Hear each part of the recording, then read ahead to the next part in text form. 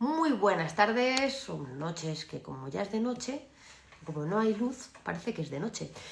¿Cómo estáis? Bienvenidos a este directo, un directo más con nuestros amigos de En Familia, de la Asociación Española de Pediatría, esta web En Familia, que como sabéis va dirigida a divulgar información para las familias, para los padres, para las madres, para los cuidadores de nuestros peques. Y hoy vamos a hacer un directo sobre bronquiolitis, que se titula ¿Por qué ha habido una explosión de casos y cómo prevenirlos? Ya sabéis que hicimos un directo hace unos meses, en octubre, creo que fue a principios de octubre, sobre el virus respiratorio sincitial. Pues es probable que los que tenéis niños, sobre todo niños con menos de 2 años, estéis familiarizados con este asunto, y ya sabéis que, bueno, pues que en niños sanos en principio no tiene por qué haber problema, pero algunos acaban hospitalizados. Después de este otoño que hemos pasado, este otoño caliente en el que ha habido, bueno, pues un montón de casos, esa explosión de casos de las que hablamos, hemos visto las consultas saturadas, hemos visto incluso cómo por arrastre incluso podían acabar algunos fármacos agotados. Y bueno, pues nos preguntamos qué ha ocurrido, por qué ha pasado esto. Y para hablar de todo ello tenemos con nosotros a una pediatra estupenda, a Irene Rivero, que trabaja en el Hospital Clínico Universitario de Santiago de Compostela. Ella es pediatra, ella es investigadora y además es miembro del Comité Asesor de Vacunas de la Asociación Española de Pediatría. Y bueno, sin contaros más rollo, vamos a darle paso a Irene, que seguro que está deseando para explicarnos un montón de cosas sobre el VRS. Ella es una experta en enfermedades infecciosas y os aseguro que es todo un lujazo que esté con nosotros. Hola Irene, ¿cómo estás? Hola, buenas tardes. Pues aquí encantada. Muy bien, pues te oímos estupendamente. Voy a mirar aquí porque he dejado una cajita de preguntas. Mira, hay un montón de preguntas que han llegado ya. Así que bueno, los que tengáis más preguntas las podéis ir lanzando en el directo o podéis, bueno, pues dejarlas en la cajita de preguntas también. Muy bien. Bueno, Irene, ¿qué tal ante este directo? ¿Cómo te ves? Pues la verdad que he de reconocer que es el primer directo que hago, así que espero que salga bien la parte técnica. Yo voy a poner todo de mi parte, pero vamos, que encantada de poder pasar este rato con vosotros. Muy bien, pues nada, estábamos hablando de todo lo que había ocurrido hacía unos meses, desde octubre que hicimos el directo con tu compañero, bueno, porque al final hemos tenido esa explosión de casos. Javier Álvarez nos habló de esta enfermedad, pero bueno, hay muchos padres que están intranquilos, ¿no? Y que oyen bronquiolitis y ahora pues se echan a temblar. Entonces, todo esto que ocurrió durante estos meses, ¿ya intuíais que podía pasar? Tú como experta en enfermedades infecciosas, viendo lo que había pasado, dices, bueno, esto hay que estar al loro, o ha sido una cosa que nos ha pillado por sorpresa a todos. Pues la verdad es que el virus respiratorio sincitial es un viejo conocido. Los pediatras le conocemos desde hace tiempo porque efectivamente nos viene dando sustos habituales en la época de invierno. Pero es verdad que, bueno, con el COVID todo fue un totum revolutum, empezaron los virus a dar guerra pues a principios de septiembre, y la verdad que nos ha tenido bastante alerta y bastante preocupados porque ha habido un boom de casos, ¿no? Una explosión de casos, como nos comentabas al principio, ¿no? Y eso nos ha sorprendido relativamente. Le esperábamos, pero se nos ha adelantado un poco a lo que esperábamos. Mira, me están comentando que se oye un poquito mal. Yo creo que se cuela mi sonido en tu audio y hace eco. No sé si tú tienes cascos puestos. Sí, tengo cascos. Vale. Voy a ver si es cosa de que me ponga yo cascos, ¿vale? Y si quieres, Vale, a ver mientras, si ahora se eh, oye mejor. el problema yo creo que es que se cuela ahí. A ver, si hablo ahora. Ahora parece que no se oye el eco. No. ¿Se oye mejor ahora? Si nos podéis contar los que estáis en casa, si no sois mejor. Yo creo que ahora no se oye el eco que se oía antes. Perfecto. Ahora se oye bien, fenomenal. Muy bien, pues nos decías, ¿no? Que realmente, bueno, ya había habido algún caso, digamos, fuera de temporada. Se vuelve a escuchar el eco ahí, ¿eh? Sí, yo oigo ese eco. Voy a por mis cascos, a ver. Vale. cuéntanos si quieres mientras, Irene, lo que ocurrió en mayo del año pasado, que ya empezó a haber algún caso. Vale, perfecto. Bueno, pues a ver, como decía, la verdad es que el virus respiratorio sincitial le esperamos habitualmente en el invierno. Normalmente viene a visitarnos entre pues octubre, noviembre y suele estar pues más o menos como hasta marzo. Pero en esta ocasión sí que se adelantó, como decía, vino en septiembre y lo que, bueno, nos había sorprendido ya porque el año pasado con el COVID hizo una aparición de repente en primavera y en verano, cuando no le esperábamos. Bueno, vamos a ver si ahora con mis cascos ya no se oye el eco y nos dicen que está todo ok. Aunque yo creo que sí, yo creo que se oye. ¿Tú tienes los cascos puestos, me dices? Sí, tengo los cascos puestos.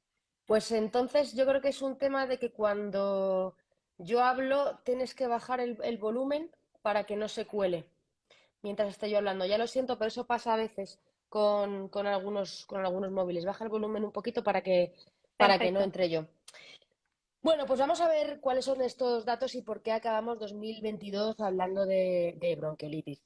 En España se producen anualmente alrededor de 100.000 casos de bronquiolitis en menores de 2 años y es la principal causa de hospitalización en el lactante. Entre un 15 y un 20% acaba afectados, que es un dato bastante relevante, especialmente en menores de 6 meses. Entonces, ¿qué es lo que ocurrió en noviembre?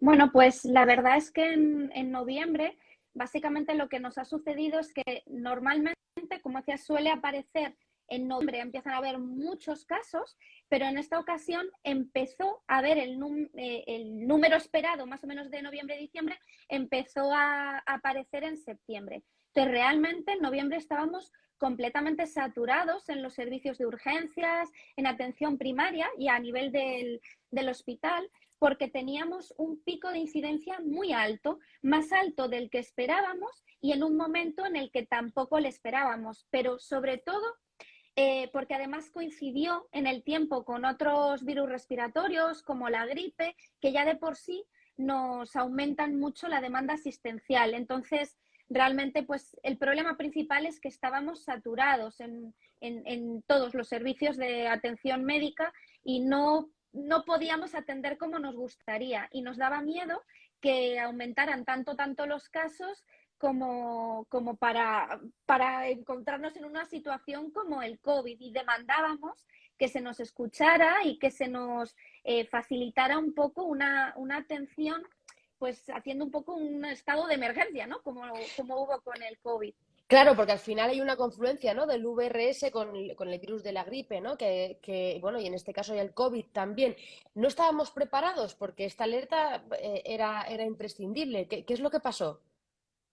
Realmente los pediatras ya digo que estábamos preparados en cierta medida porque lo esperábamos, pero el problema es que había tal incidencia que estaban saturados los servicios sanitarios por la demanda de asistencia por los padres, porque veían a los niños que estaban mal, pero también porque además teníamos falta de camas, incluso aquellos que necesitaban ingresos, pues se nos estaban acumulando el número de casos y no teníamos suficientes camas para poder ingresar a todos aquellos que lo necesitaban en las condiciones ideales, ¿no? Pues si normalmente tenemos habitaciones de hasta 2 pacientes, pues ver que necesitábamos tener 3 pacientes por habitación, por ejemplo. Entonces, esa situación, pues, no es la idónea, claro. Y lo que ha sorprendido a mucha gente es que, aunque es un virus que se da en una época en concreto, durante la pandemia prácticamente desapareció, ¿no? Esto parecía magia. ¿Y por qué? ¿Por qué ocurrió esto? Bueno, pues realmente hay varias teorías, pero sí que se cree que cuando estuvo el COVID ocupó lo que llamamos como el nicho ecológico, que de alguna forma circulaba tanto que estaba pues como desbancando al resto de virus. No circulaban, solo circulaba el COVID y estaba un poco perdido o olvidado el virus respiratorio. Primero por eso, porque había una incidencia muy alta de COVID y normalmente cuando hay un virus que está circulando en gran medida, pues a los demás los mantiene a raya. pero también porque estábamos manteniendo una serie de medidas de protección, como era el lavado de manos, el uso de gel hidroalcohólico y también el uso de mascarillas. Y esto pues limitaba mucho la transmisión de los virus respiratorios y entre ellos del virus respiratorio sincicial. Entonces, bueno, pues disminuyó drásticamente el número de casos de todos los virus y entre ellos el virus respiratorio sincicial. Es un virus que realmente, bueno, no es el causante de las infecciones más graves, hay otros que tienen una mortalidad más alta, pero sí que dicen que es el que genera más complicaciones en el sistema sanitario, ¿no? O sea, lo desbarata todo. ¿Crees que hacen falta planes de contingencia? ¿Qué se puede hacer para no andar con estos líos siempre? Sí, a ver, realmente, como dices, pues es un virus respiratorio que sabemos más o menos cuál es la población más vulnerable, que debe de estar preparada, alertada de cuáles son las medidas un poco que puede hacer para evitar el contagio, pero por otro lado, pues si sabemos en qué época del año va a suceder, pues efectivamente que estemos preparados en la medida de lo posible, pues que tengamos todas nuestras plantas de hospitalización, si fuera necesario, pues que los ingresos que fueran programados con cosas menos urgentes, pues a lo mejor tendrían que demorarse como se hizo durante La el COVID. pandemia. Hay una serie claro, hay una serie de lecciones aprendidas durante la pandemia, pues que a lo mejor en ciertos momentos tendrían que aplicarse para otras infecciones que sabemos que causan epidemias estacionales todos los años. Y ahora mismo estamos en el mes de enero, todavía queda frío por delante. ¿Qué es lo que puede ocurrir en las próximas semanas? Y yo sé que tú, Irene, no tienes la bola de cristal, pero ¿cuál puede ser un poco cuál es la proyección para el próximo otoño-invierno? A ver, por un lado, decir que el pico de incidencia más alto de VRS creemos haberlo alcanzado ya y creemos que estamos en descenso del número de casos de virus respiratorio sincitial para esta temporada, al menos si solo hace una única ola. Es decir, si el número de casos ha subido hasta el máximo que iba a subir en este invierno, baja y ya no vuelve a aparecer, entonces la situación estará bastante controlada y empezarán a ver pues otros virus respiratorios como es el adenovirus, el metaneumovirus, que ahora sí que están circulando más, mientras que el virus respiratorio está más tranquilo. Por supuesto, no tengo la bola de cristal y aunque sabemos ¿Puedes que repetirnos cuáles son los que están circulando más ahora? sí, ahora mismo los virus que más están circulando es el adenovirus, Ujú. que causa infecciones de vías respiratorias altas, catarros, pero también conjuntivitis, que seguro estáis viendo muchos casos de Sí. conjuntivitis, y de gastroenteritis. Entonces, el adenovirus sí que diría que es uno de los que más está circulando actualmente. Y luego hay otro virus respiratorio, que es el metaneumovirus, que también lo estamos viendo bastante junto con el enterovirus, y son virus que pueden causar o bien catarros o en algunos niños a veces sí quedan cuadros, pues por ejemplo los niños que tienen broncoespasmos o asma, pues les puede hacer una agudización de ese proceso de asma y que necesiten unos inhaladores. Ujú. Y una pregunta, ya que entramos en esto que me interesa. Realmente, a la hora de, claro, a la hora de hacer el diagnóstico, entiendo que es un diagnóstico clínico, pero para saber cuáles son los que están circulando, ¿se hacen algún tipo de pruebas aleatorias? Entonces, realmente hay dos situaciones. Por un lado, a nivel nacional, hay una red de vigilancia de virus respiratorios. Esto quiere decir que hay lo que se establece como una red centinela, se llama, que es que hay determinados centros de salud y hospitales que hacen de forma semanal una serie de pruebas diagnósticas a todos los niños que acuden por cuadros respiratorios en ese tiempo que se establece, de forma que esa red va a dar datos a nivel nacional y nos permite saber lo que está circulando a nivel de toda España. Ujú. Eso es como un plan que tienen a nivel nacional el Ministerio para poder saber lo que está circulando y de alguna forma poder predecir un poco cómo prepararse, ¿no? Y luego, por otro lado, está lo que sucede en cada consulta de atención primaria o en los hospitales, ¿no? A nivel de las consultas de atención primaria, la mayoría de las veces se hace un diagnóstico clínico, es decir, se identifica si es un cuadro de vías respiratorias altas o de vías respiratorias bajas, es decir, afecta al pulmón, Ujú. porque eso nos cambia cómo va a ser el manejo. Eso es clínico, con un fonendo y con una exploración física. Un pediatra puede saber si estamos ante un cuadro de vías respiratorias altas o de vías respiratorias bajas. Otra cosa es si queremos saber exactamente qué virus está circulando. En ese caso tenemos que hacer una prueba que es muy similar a la que todos hemos estado acostumbrados durante la pandemia, que es recoger una muestra de moco a través de un hisopo, o sea, el típico palito de la nariz, Sí, sí. pues para identificar cuál es el virus respiratorio que está circulando. Eso no se hace en todos los casos, pero sí que, por ejemplo, en urgencias se utiliza más y sobre todo en los pacientes que ingresan siempre, porque nos permite clasificar a los pacientes en las habitaciones para que una persona que ingresa con un virus no esté junto con otro que tiene otro virus, porque si no, al final los contagiamos a todos de otras cosas. Entonces nos sirve para clasificar a los pacientes. Pues eso es súper, súper interesante y es un dato que hemos aprendido contigo. He hecho ese pequeño inciso cuando te estaba preguntando por la bola de cristal, por esa predicción que ya nos has contado.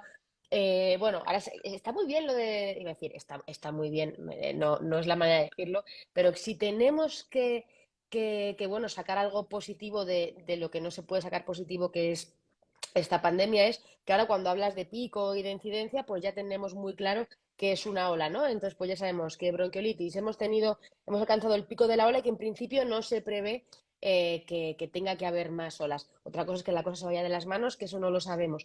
Y con respecto, te preguntaba, la próxima temporada, como si fuera el prêt-à-porter, la moda de otoño, invierno, virus respiratorio sincitial, ¿qué tendencias esperan, doctora? Pues a ver, si tuviéramos una segunda ola, que no lo sé, pero si fuera el caso y siguiera las predicciones habituales, normalmente tenemos una segunda ola mucho más chiquitita que la anterior. En torno a febrero o marzo puede haber así como un resquicio de una segunda ola pequeña. Eso no lo sabemos si va a suceder, pero podría darse el caso.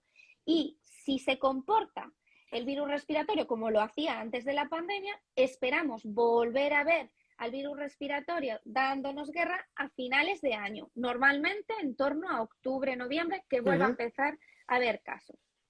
Muy bien, bueno, pues estaremos pendientes y ojalá esa ola de febrero sea bueno, pues como calmachicha un poco en la playa de San Juan de Alicante, donde estoy yo, que prácticamente nunca hay olas. Quería preguntarte por un concepto que es la deuda inmunológica, que no tiene nada que ver con la pasta ni con el ahorro, es otro tipo de cuestiones. No va de dinero. ¿De qué va esta deuda inmunológica y cuál puede ser su impacto a medio plazo? Bueno, pues la verdad es que a los médicos es que nos gusta dar unos términos un poco raros que confunden más que otra cosa, ¿verdad? Bueno, esto lo que viene a hablar es fundamentalmente de que cuando una persona se expone a un virus respiratorio sincitial, de alguna forma su sistema inmunológico lo reconoce y genera una respuesta para defenderse frente a ese virus respiratorio. Ahora bien, lo que llamamos deuda inmunológica quiere decir que cuando nosotros durante la pandemia no estábamos expuestos a otros virus respiratorios, pues cuando de repente hemos estado expuestos, si era la primera vez que nos sucedía, y esto es muy, muy habitual en los lactantes, en los menores de un año, si estos niños pequeñitos no han estado expuestos al virus respiratorio, tienen esa deuda inmunológica, su sistema inmunológico no lo sabe reconocer previamente porque nunca lo ha visto. Y si eso lo sumamos a que los niños que eran más mayores y que esperábamos que sí que hubieran estado en contacto no lo han estado nunca, pues de repente la infección, en vez de estar concentrada en los niños más chiquititos, que era lo habitual en la primera exposición, también la vemos en los niños más mayores. Ese es ese concepto de deuda. Ujú. Es muy interesante porque, claro, los niños que han estado en casa teniendo 2, 3 años, ¿no? Justo en esa franja, en la que además yo creo que también, si normalmente hay muchos niños que se quedan en casa y no van a la escuela infantil, porque se dice, bueno, pues si puedes tenerlo en casa, puedes prevenir enfermedades y demás.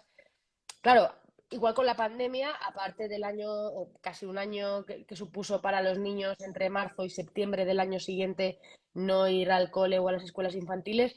Cuando llegó septiembre, muchas familias dijeron, oye, yo me puedo dejar el bebé en casa, me lo voy a dejar, con lo cual ese niño que en ese momento tenía 2 años, cuando quiere llegar al cole tiene casi 4.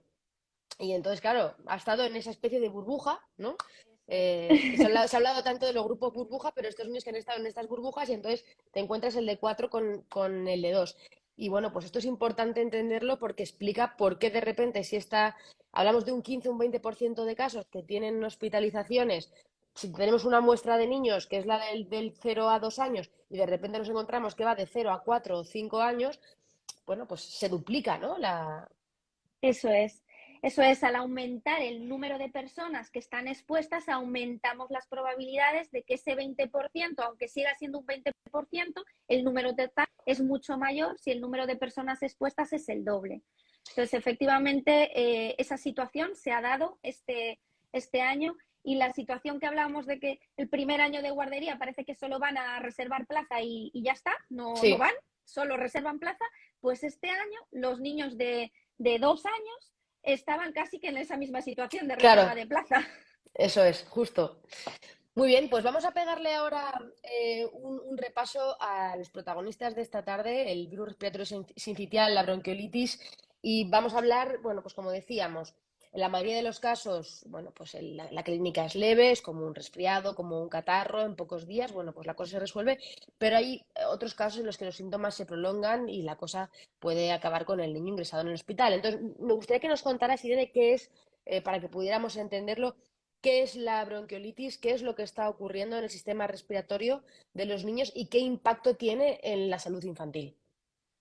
Muy bien, bueno, pues a ver, lo primero es que la bronquiolitis, por definición, tiene que ser el primer episodio que llamamos de sibilancias. Y esto voy a explicarlo. Y es que un catarro, una infección de vías respiratorias altas, consiste en congestión nasal, tos, pero cuando tenemos una implicación también del pulmón, entonces empezamos a oír ruidos respiratorios, como serían las sibilancias, que son como un pequeño pitido cuando oímos al niño que está respirando y se le oye un pequeño pitido, pero también empezaríamos a notar dificultad para respirar, dificultad para alimentarse, ¿vale? ¿Y por qué Ujú. es todo esto? Bueno, básicamente lo que sucede es que cuando ocurre una infección por el virus respiratorio sincitial, lo que ataca es a nuestros bronquios, de ahí el nombre de bronquiolitis. Bronquiolitis. Ataca a los bronquios, que son los pequeños tubitos que forman parte de nuestros pulmones, y en esos tubitos el problema es que se acumula mucho moco. Entonces ese moco se acumula de tal manera que bloquea el paso del aire y entonces impide que cuando respiramos ese aire llegue claramente a los alveolos, a los saquitos de aire de los pulmones, y entonces se nos queda el niño pobre que no puede respirar porque está lleno de moco. El moco que tiene la nariz ahora lo tiene abajo, lo tienen los pulmones, lo tienen los bronquios, y hay mucha inflamación del bronquio y mucho moco en ese tubito, y por eso no puede pasar el aire y por eso no pueden respirar. Y ahí es donde se generan esas sibilancias, esos pitidos, ¿no? Que se oyen, que Eso son es. característicos. Ese pitido es esa falta de posibilidad de que el aire pase por esos tubos, y por eso hace un ruido que se puede llegar a oír sin un fonendo, pero que el pediatra claramente cuando pone el fonendo lo oye muy, muy definitivo. Y ese es el signo típico que nosotros escucharíamos en la consulta, los pediatras. Esto con respecto a cómo diagnosticarlo, digamos, de oído, ¿no? Se puede diagnosticar casi, casi de oído, pero hay otros métodos. Tenéis unos test también de diagnóstico que pueden ser similares a los que también conocemos ahora todos. Pues efectivamente, aparte de lo que sería el cuadro clínico, en el que nosotros lo reconoceríamos por los síntomas de tos, mocos, dificultad para respirar, dificultad para alimentarse, y luego si quisiéramos confirmar si está producido por el virus respiratorio sincitial o bien si está producido por algún otro virus, haríamos la prueba del palito, cogeríamos ese moco y lo analizaríamos. Y en ese sentido, hay test rápidos, igual que los había para el COVID, que la gente compraba esos test en las farmacias, Bueno, y lo sigue también comprando, ¿eh? No lo hables en, tenemos. no hables en pasado, que se sigue Sí, comprando cierto. y además ahora tenemos los test triples con gripe A, gripe B y COVID, que la verdad que son bastante recomendables porque mucha gente se lo hace y dice, ah, no, no tengo COVID, pero puedes tener gripe A, que es igualmente contagioso, ¿no? Entonces es Eso es. interesante. Y también hay ese mismo test con el virus respiratorio sincitial, incluso. Con lo Ujú, bueno, cual, pues podríamos saber si tenemos una infección por virus respiratorio sincitial. y estos están únicamente en las consultas. Se pueden adquirir también en farmacia Ujú, y luego hay algunos centros de salud que los tienen, pero no todos. Y luego en los servicios de urgencias sí que disponemos de test rápidos y de otros test que no son tan, o sea, son rápidos, pero se necesitan unas máquinas diferentes. No es un test como al uso de poner así las sí. gotitas en el papelito, sino que tenemos que llevarlo a un laboratorio y es una máquina ya que lo Ujú. procesa. Muy bien. Bueno, como para entenderlo, como si fuera una PCR, también hay otro tipo Eso es, de... una PCR. El test rápido de antígenos que tú te puedes hacer, pero luego sabemos que hay otras pruebas de COVID que se meten en una maquinita, por decirlo así, de una manera muy sencilla. Vamos a hablar de nuestros niños, porque las personas que están en casa dirán, primero, ¿todos los niños tienen el mismo riesgo? O mi niño puede ser un paciente de mayor riesgo que otros? ¿Cuáles podrían tener más susceptibilidad? A ver, sí que es verdad que la infección por el virus respiratorio sincitial sabemos que aproximadamente el 90-95% de los niños a los 2 años habrán estado expuestos al virus respiratorio sincitial. Ahora bien, no afecta por igual a todos los niños.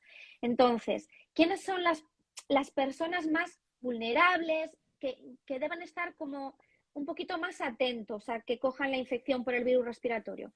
Bueno, por un lado serían los pacientes, los niños que nacen prematuros, que nacen antes de tiempo. Ese grupo, los prematuros, son especialmente más sensibles a desarrollar una infección más grave.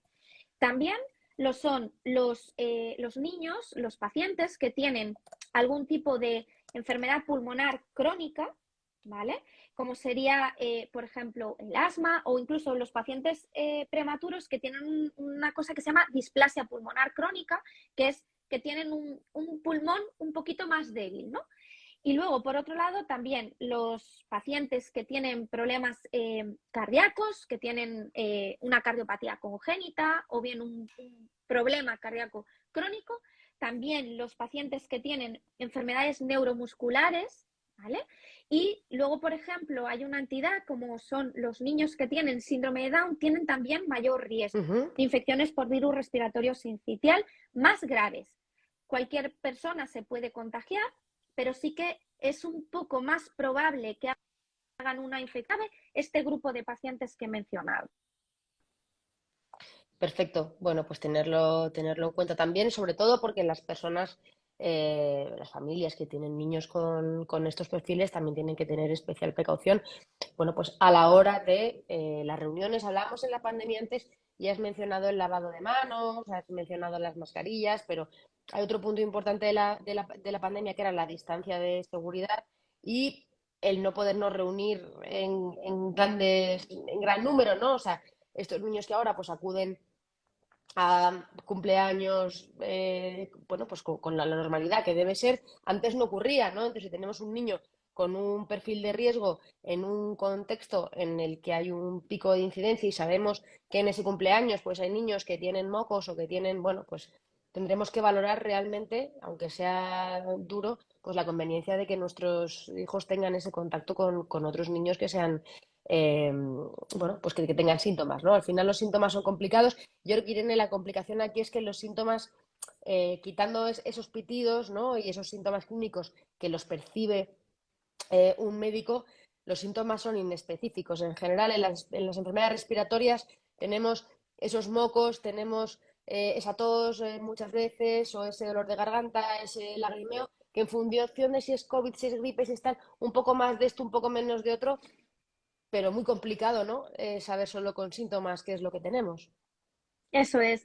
Sí que es verdad que son síntomas muy inespecíficos, pero nos estaría hablando de que probablemente hay un proceso de bronquiolitis, y digo, sobre todo cuando se oyen esos pitidos y cuando notamos que hay una dificultad notamos que el niño se ahoga, o sea, por ejemplo, está jugando, se pone a correr y tiene que parar de correr porque no puede respirar. Eso es un signo que vamos a ver muy fácil. Vamos a notar que nuestro hijo se cansa demasiado rápido o por ejemplo, se ríe mucho y con la risa de repente como que le cuesta respirar, o al hablar le cuesta respirar. Y luego, por ejemplo, hay otra forma que podríamos identificar que les está costando respirar, y es cuando vemos que se les marca justo como por encima de la clavícula, se les marca aquí como que se les hunde al respirar el cuello, o se les marcan mucho las costillas cuando están respirando. Esas son otras cosas que podemos detectar también en nuestros hijos, y nos haría avisarnos tener que ir que a tenemos que avisarnos, ¿no? De que consultar. tenemos que ir al Eso es. médico. Son síntomas para ir al médico, realmente si empezamos a ver estos síntomas para pedir cita, pero comentábamos antes la saturación de las urgencias, los pediatras hablaban de un 40% de incremento de las consultas. Entonces, para evitar estas aglomeraciones, realmente, ¿cuándo se debe ir a urgencias, ¿no? Porque estos síntomas son, bueno, oye, veo que el niño empieza así y en este caso, bueno, voy a pedir cita que me la van a dar para mañana o dentro de 2 días. Con suerte, sé que no siempre es así. Pero ¿cuándo es el momento en el que, habiendo una bronquiolitis, se nos tiene que encender la bombilla y decir, oye, este niño está haciendo esto, tengo que ir pitando por urgencias, que esto no es normal? Sí, bueno, pues efectivamente, si vemos estos síntomas que decía de que no respira bien el Ujú. niño, que se le hunde el pecho, se marcan las costillas, en ocasiones siempre hay que consultar, y es una consulta que si no podemos conseguirla a través de nuestro centro de salud, motivo para ir a urgencias. Si vemos que se le hunde, se le marcan mucho las costillas, se le hunde la barriguita al respirar, o bien, por ejemplo, en los lactantes más chiquititos, si notamos que, o sea, si está comiendo menos la mitad de lo que come habitualmente de biberón, por ejemplo, eso Ujú. sería una forma indirecta de saber que no está respirando, porque tiene que elegir o respirar o comer. Y entonces, para poder Claro. respirar, come menos. De forma que si no menos del 50% de las tomas, o bien rechazan algunas de las tomas, sería un motivo de consulta también en los más Ujú. chiquititos. Muy, muy interesante esto también. Bueno, pues ya sabemos, hay estos síntomas que tener en la cabeza y, bueno, sobre todo sabiendo ahora esa saturación que existe también, incluso a la hora de pedir cita, que a veces te pueden dar cita. A mí me ha pasado con mis hijos en varios días. Bueno, pues que estemos alerta de lo que es un motivo de urgencias, que muchísimas veces también nosotros pecamos en exceso de, oye, pues no voy a urgencias, me espero, yo quiero utilizar el sistema de manera responsable, pero la responsabilidad está también en conocer cuáles son estos síntomas. Ahora ya tenemos el niño, el bebé, y nos hemos ido a urgencias porque realmente presenta esta dificultad respiratoria. ¿Cuándo va a ser el criterio? ¿Cuáles son los criterios para decir que el niño se queda ingresado o se vuelve a casa? Y los que se quedan ingresados, ¿cuánto es la estancia media? Más o menos cuando un paciente viene a urgencias con dificultad respiratoria, en ese momento siempre medimos en el triaje, en esa puerta de decías, se mira la saturación de oxígeno. Entonces, eso es algo que indirectamente no lo van a poder saber los padres, pero nosotros es algo que vamos a medir siempre en urgencias. Si esa saturación se mantiene baja, eso quiere decir que el oxígeno no llega bien a los pulmones si no hacemos nada. Si después de haber administrado medicamentos en urgencias que podrían ayudar a abrir esos bronquios, si a pesar de esas medicaciones que ponemos en urgencias vemos que esa saturación no mejora y que necesitamos administrar oxígeno, en esos casos van a tener que quedarse hospitalizados, porque el oxígeno es algo que no vamos a poder dar en nuestras casas, En casa, eso va a eso tener es. que ser en el hospital. Y luego, por otro lado, no, eh, por la edad que tienen y los receptores a la medicación que podemos dar para casa, no todos pueden responder. Por eso los niños más chiquititos, los menores de 6 meses, que no tienen receptores, la mayoría de ellos, para el famoso salbutamol que damos como un broncodilatador, que es uno de los tratamientos que damos para cuando se nos cierran los bronquios.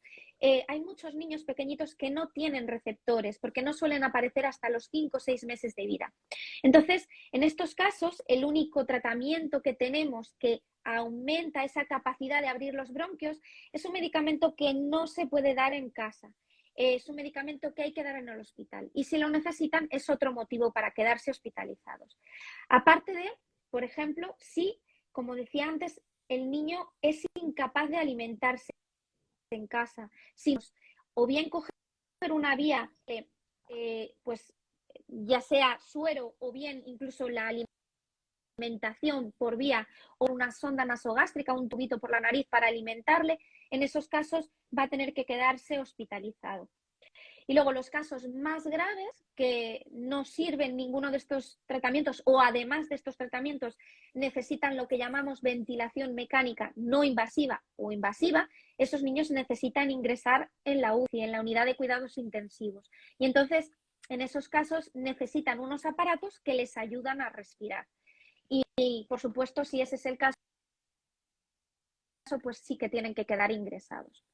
Y en cuanto a la duración, un episodio de bronquiolitis habitual viene durando en torno a una semana. Yo siempre digo que en torno al cuarto día de la infección por el virus respiratorio sincitial se marca un poco cuál va a ser el destino de ese paciente. Si en torno al cuarto día ese paciente no ha mejorado, normalmente van a acabar ingresando. En el cuarto día empezamos a notar mejoría, ese paciente normalmente va a poder recuperarse y estar en su casa.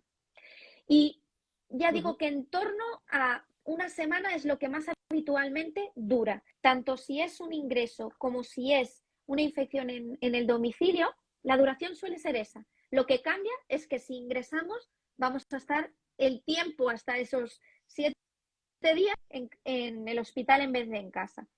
Y casos más graves que necesiten pues un ingreso en la unidad de cuidados intensivos o bien si se ha producido alguna complicación, por ejemplo, ha habido una sobreinfección por una bacteria. En esos casos, si por ejemplo hemos hecho una neumonía, entonces pues el ingreso puede ser un poquito más prolongado y a veces nos vamos hasta los 10 días. Pero bueno, lo más habitual es que dure en torno a una semana el proceso. Una semana.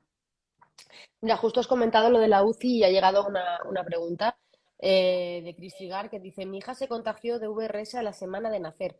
Estuvo en la UCI.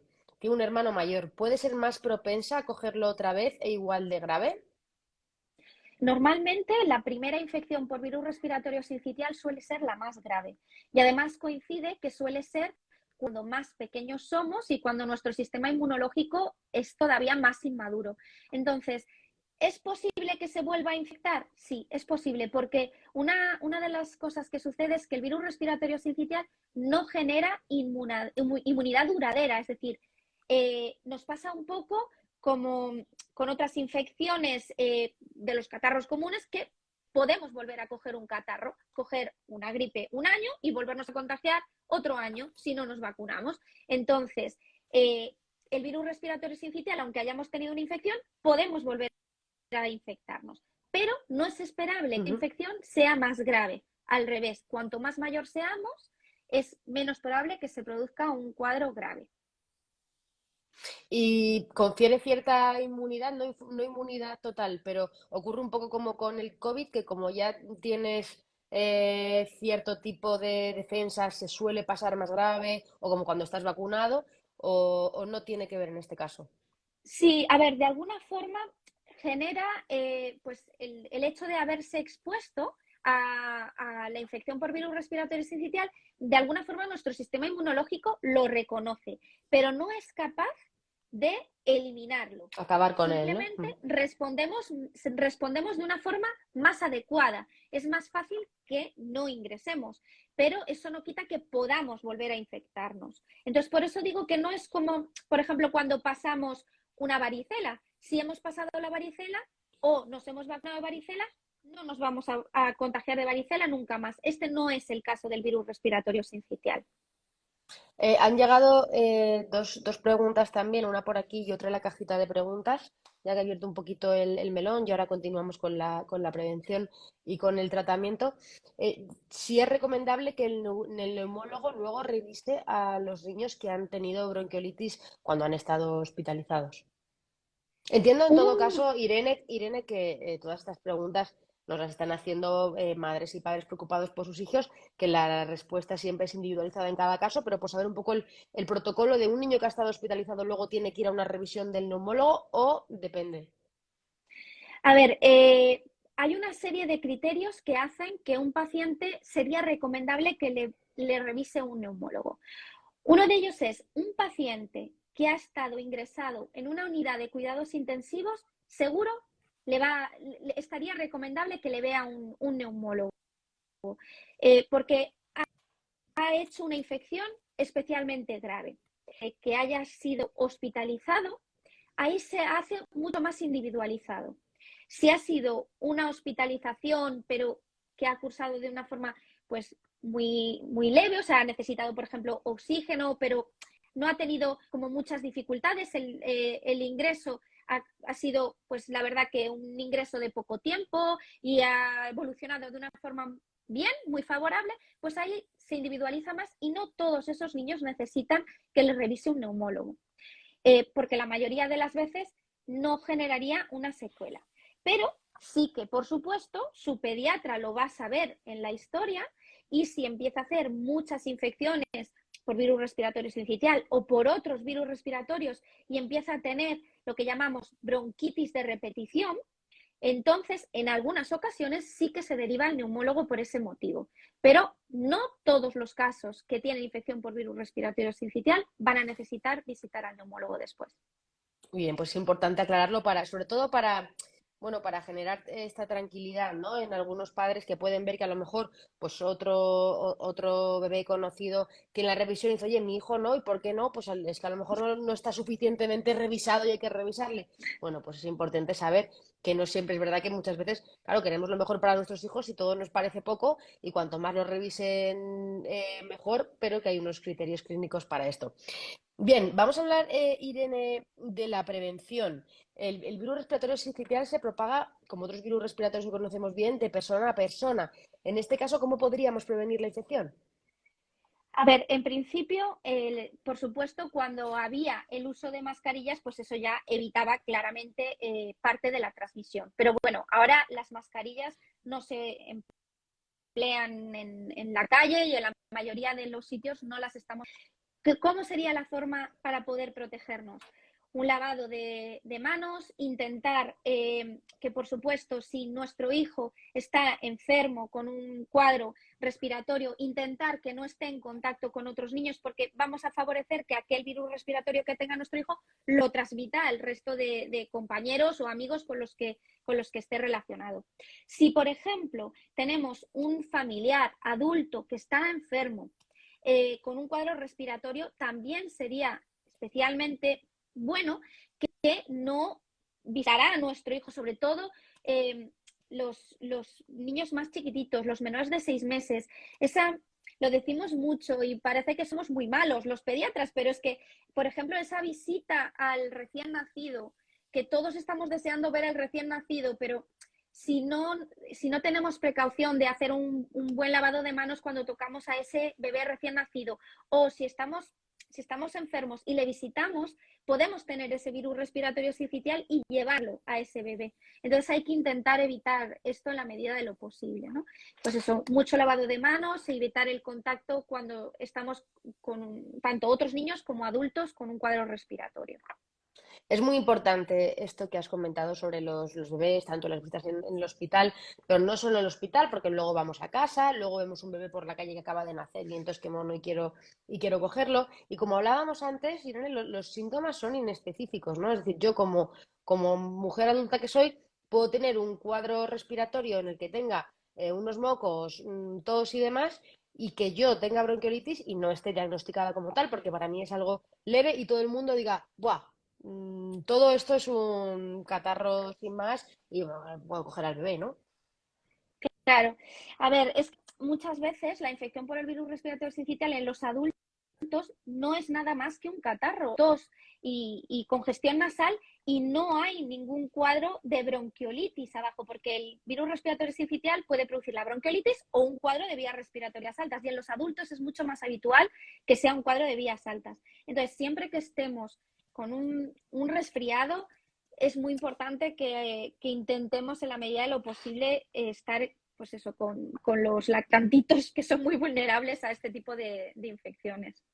Bueno, si tenemos mocos, que estemos fuera, y es un buen consejo para todo en general.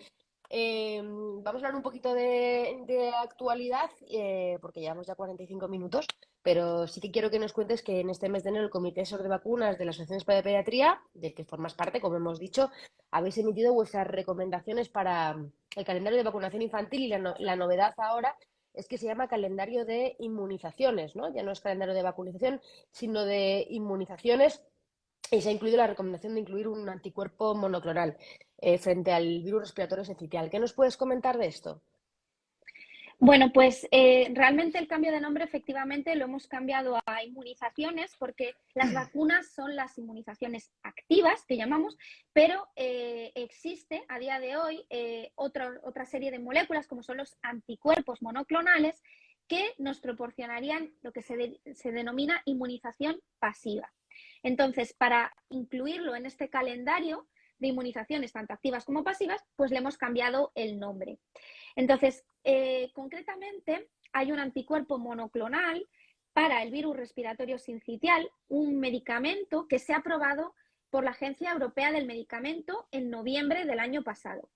Entonces, es un producto que, como digo, está ya autorizado y disponible en Europa, y no sabemos en qué momento podría llegar a estar autorizado en España.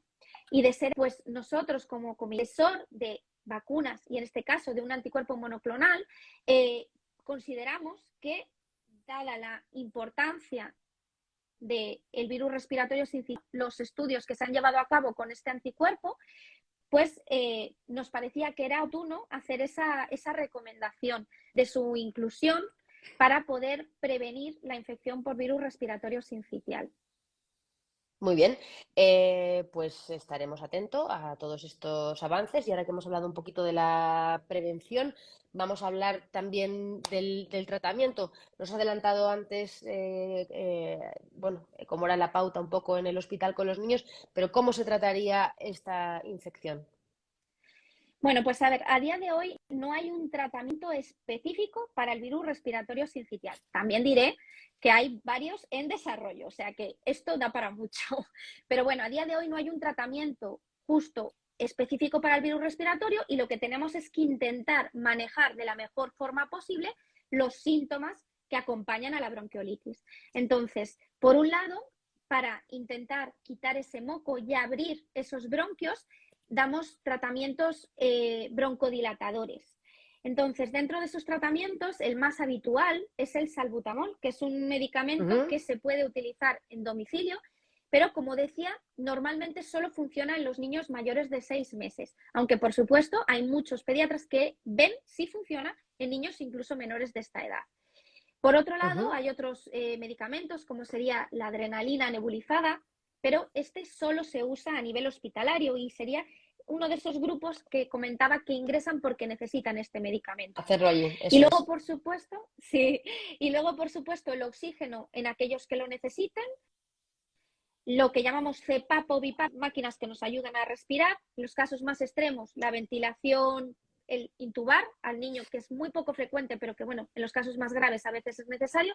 Pero, ¿qué es lo que es el habitual tratamiento para la mayoría? Los lavados de la nariz con suero, intentar quitar el mayor número de secreciones de la nariz con los lavados de la nariz con el suero, mantener bien hidratados a nuestros niños, que beban mucho agua, que estén bien hidratados, y intentar que estén más cómodos para respirar. ¿Y esto cómo lo conseguimos? Pues aparte del lavado de la nariz, intentando que la cama donde duerman esté un poquito más elevado, el cabecero, para que respiren un poquito mejor. Y luego, pues, en los casos que sea necesario, pues a veces hay que fraccionar las tomas. En los bebés más pequeñitos, a veces recomendamos que den una cantidad más pequeña, más frecuente, porque se cansan antes y entonces hay que dar las tomas más frecuentes, pero menos cantidad. Menos veces, eso es. Y pregunta, ¿hay que dejar de llevar al niño a la escuela infantil? Eso se lo preguntan muchos padres.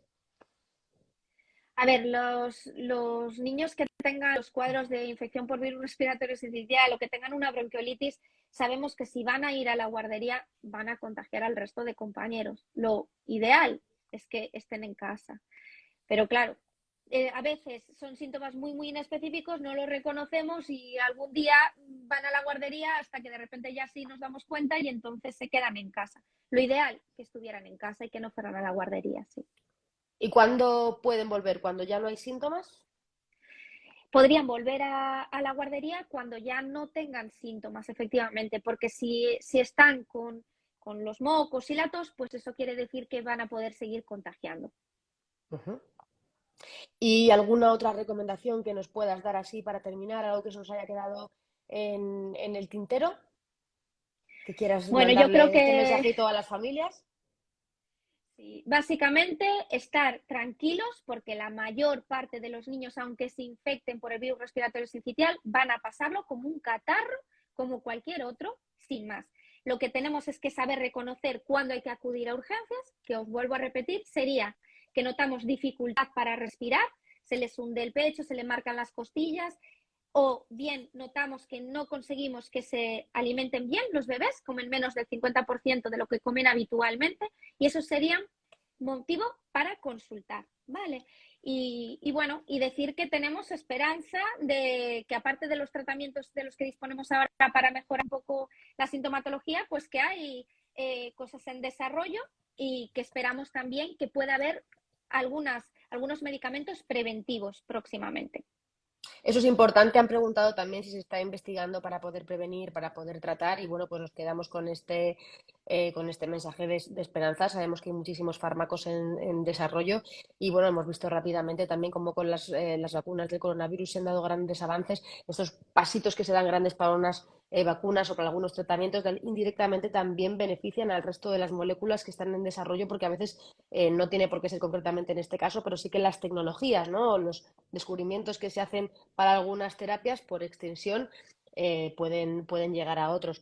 Me gustaría, bueno, las preguntas que han llegado aquí, que las estaba mirando realmente, las has dejado contestadas todas, sí que insistir brevemente en si un niño ha tenido bronquiolitis, tiene más propensión a volverla a tener, lo han preguntado muchísimo.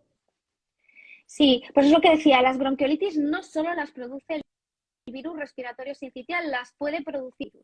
Como decía, el virus respiratorio sincitial no genera una inmunidad permanente, podemos volver a infectarnos, pero la infección más grave es siempre la primera. Y sobre todo, cuanto más pequeñito es el niño, más probabilidades de que la infección sea más grave. Pero recordar que solamente el 10, máximo 20% de los niños ingresan, o sea, van a estar en casa.